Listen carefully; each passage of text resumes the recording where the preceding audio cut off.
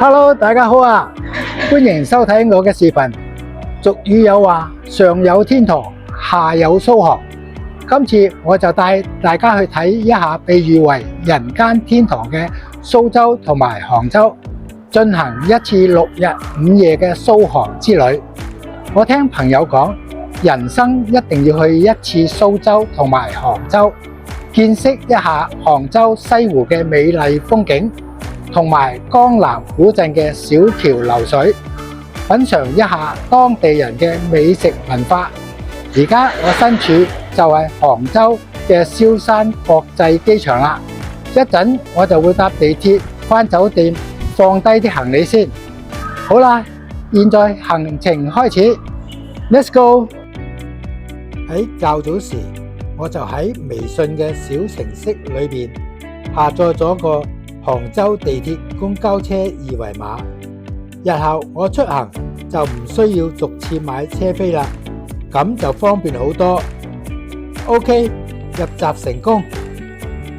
喺返內地自由行之前，必須下載幾個內地嘅 Apps， 首選微信、高德地圖、鐵路12306、Trip.com 訂酒店、內地電話號碼同埋一個翻譯軟件，咁就一機在手，享受無現金嘅旅遊啦。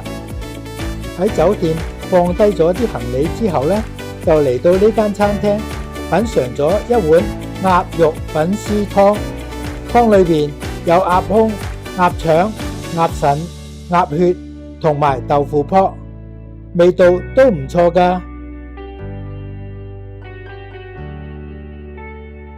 嚟到西湖，當然唔少得就係喺呢度打下卡先啦。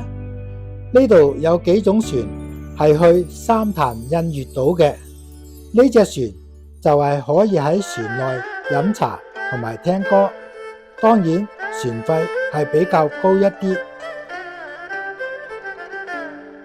我而家就係坐船去西湖中間嘅一個島，叫做三潭印月島啦。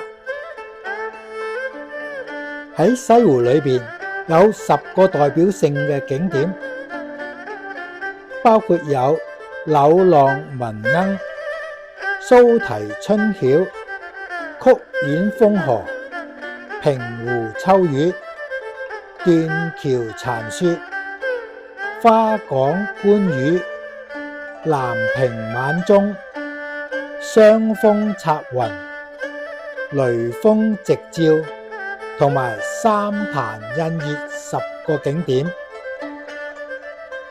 呢度就係三潭印月島啦，島上風景優美。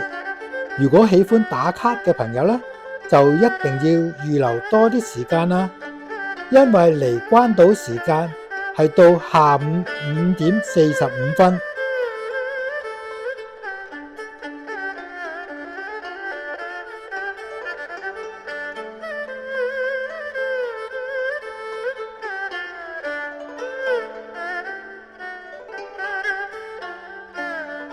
呢個就係雷峰塔啦，而呢一度就係1元人民幣嘅打卡點。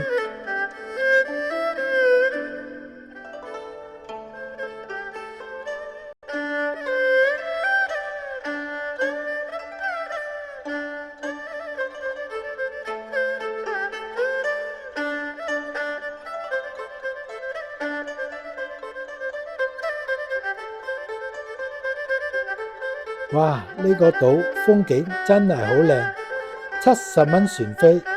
如果你係65歲嘅長者，船飛仲有優惠添。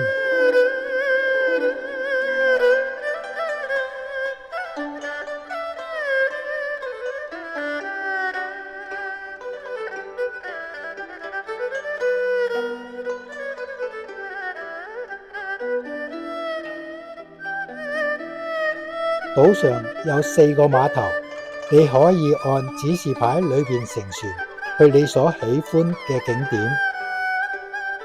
呢啲船就係等待旅客回程嘅船啦。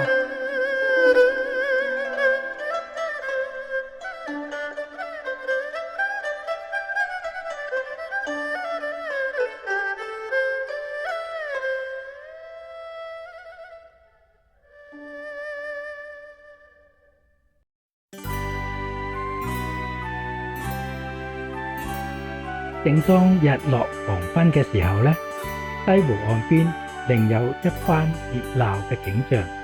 唔少女士們穿着各式各樣嘅衣服，揾個靚位打卡，遊人載歌載舞，非常熱鬧。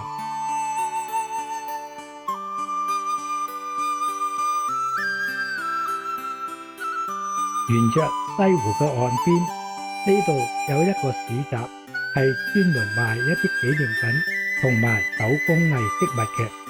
我喺呢度一個熟食攤檔買咗個牛肉燒餅食，18蚊人民幣。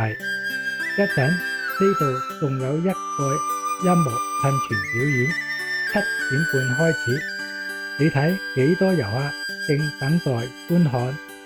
與你情如白雪，永遠不厭塵。遙處常常是噩夢，不可心驚震。你看見雪花飄時，我這裏雪落更深。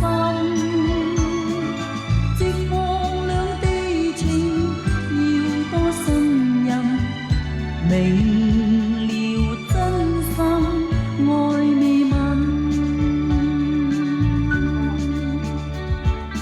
寒梅仍能傲雪，你更加勝別人。遙處從來莫信任，真心早